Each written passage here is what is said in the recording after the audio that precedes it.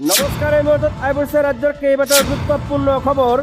অলপ আগতে ৰাজ্যৰ মুখ্যমন্ত্ৰী শৰ্মাই কেইবাটাও গুৰুত্বপূৰ্ণ মন্তব্য কৰিছে আত্মসহায়ক গোটৰ মহিলাসকলক লৈ।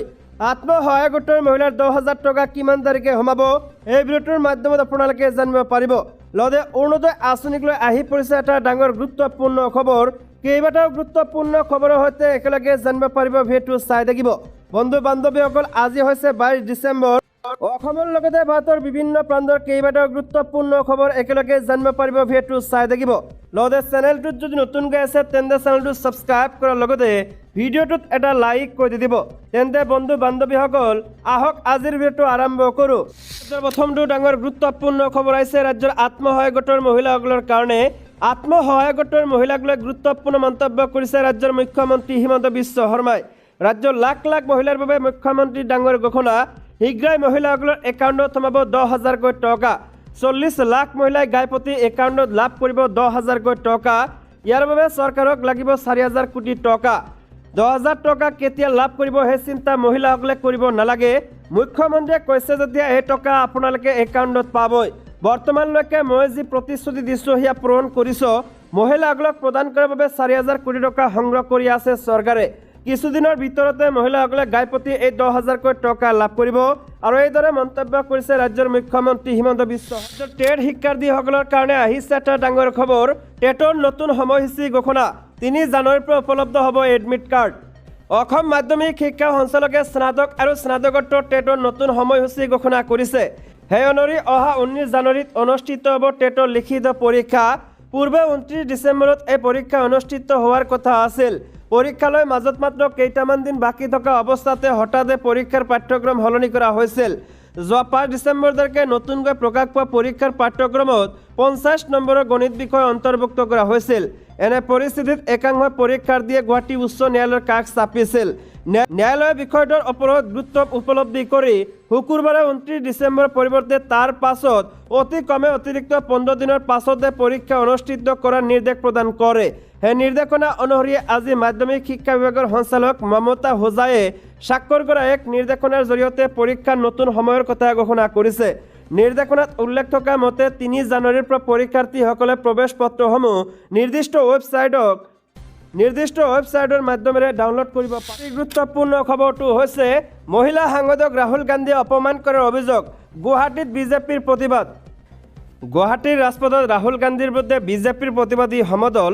সংসদ ভৱনত কংগ্ৰেছৰ নেতা ৰাহুল গান্ধীয়ে ৰাজ্যসভাৰ বিজেপিৰ সাংসদ নাগালেণ্ডৰ এছ পাংনন কন্যাক অপমান কৰাৰ অভিযোগ উত্থাপন কৰি শনিবাৰে মহানগৰীৰ লতাশিল খেলপথাৰৰ সমীপৰ পৰা মেঘদূত ভৱনলৈ এক প্ৰতিবাদী সমদল উলিওৱা হয়। বিজেপিৰ গুৱাহাটী মহানগৰ সমিতিৰ উদ্যোগত আয়োজিত এই প্ৰতিবাদী কাৰ্যসূচীত ৰাহুল গান্ধী মুৰ্দাবাদ, কংগ্ৰেছ মুৰ্দাবাদ, ৰাহুল গান্ধী গ্ৰেপ্তাৰ কৰক, সোনিয়া গান্ধী হাই হাই, প্ৰিয়ংকা গান্ধী হাই হাই, ভূপেন বৰা মুৰ্দাবাদ, গৌৰৱ গগৈ মুৰ্দাবাদ আদি শ্লোগান দি কেইবা শতাধিক প্ৰতিবাদকাৰীয়ে হাতে হাতে বেনাৰ, পোষ্টাৰ, প্লেকাৰ্ড লৈ প্ৰতিবাদ সাব্যস্ত কৰে।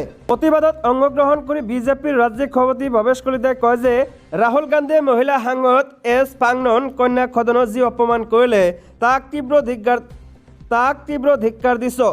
ৰাহুল গান্ধীৰ বিৰুদ্ধে আইনগত বিধিগত ব্যৱস্থা গ্ৰহণ কৰিব লাগে। কংগ্ৰেছৰ বিনাশকালে বিপৰীত বুদ্ধি হৈছে।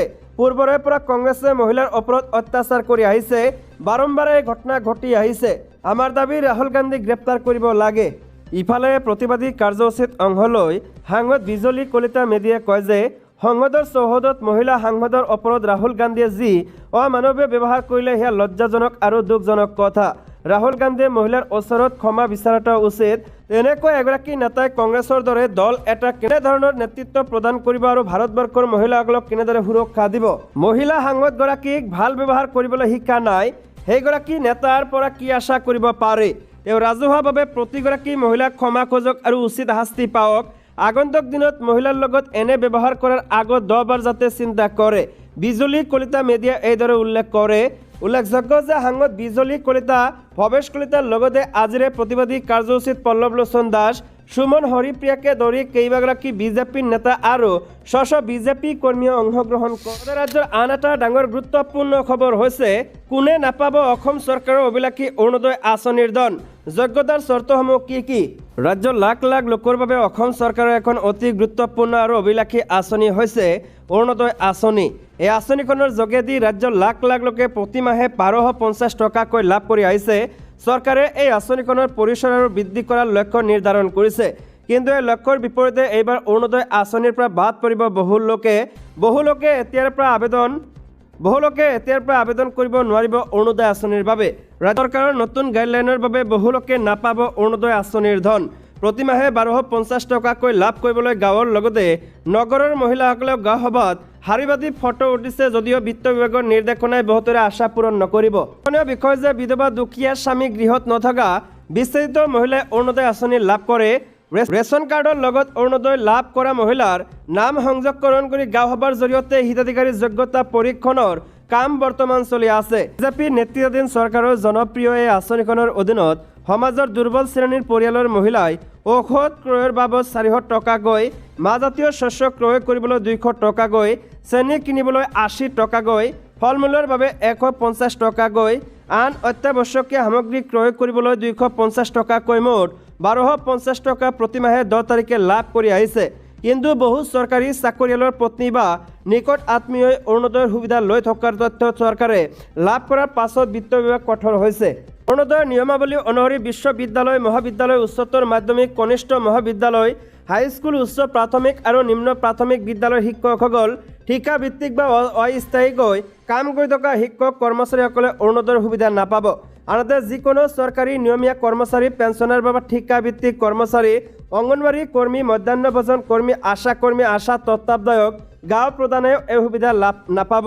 বিত্ত বিভাগে জাৰি কৰা জাননী অনুসৰি চৰকাৰৰ দৃষ্টিগোচৰ হৈছে যে উল্লেখিত শ্ৰেণীৰ অন্তৰ্গত বহু হিতাধিকাৰী বা তেওঁলোকৰ নিৰ্ভৰশীল পৰিয়ালৰ সদস্যসকলে এতিয়াও এই আঁচনিৰ অধীনত সুবিধা গ্ৰহণ কৰি আছে, যিটো আঁচনিৰ নিৰ্দেশনাৰ ব্যাপক উলংঘন কৰা হৈছে।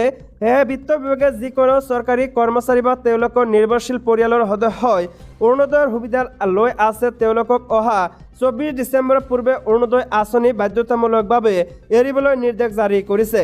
অন্যথা তেওঁলোকৰ বিৰুদ্ধে কঠোৰ অনুশাসনমূলক ব্যৱস্থা গ্ৰহণ কৰা হ'ব বুলি বিত্ত বিভাগে নিৰ্দেশনাটোত উল্লেখ কৰিছে। ৰাজ্যৰ আন এটা ডাঙৰ গুৰুত্বপূৰ্ণ খবৰ হৈছে দলীয় কৰ্মীৰ মৃত্যুক লৈ মুখ্যমন্ত্ৰী শৰ্মালৈ পত্ৰ ভূপেন বৰাৰ।